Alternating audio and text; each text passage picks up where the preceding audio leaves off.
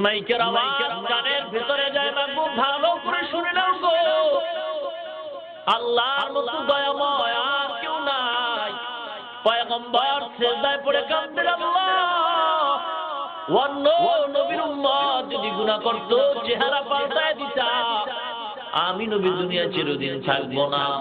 আমার উম্মতের যদি কখনো শয়তানের ওয়াসওয়াসায় পড়ে গুনাহে লিপ্ত হয়, আয় আল্লাহ আপনি রাগ করিয়া আমার উম্মতরে চেহারা পাল্টাইয়া দুনিয়ায় লজ্জা দিবেন না।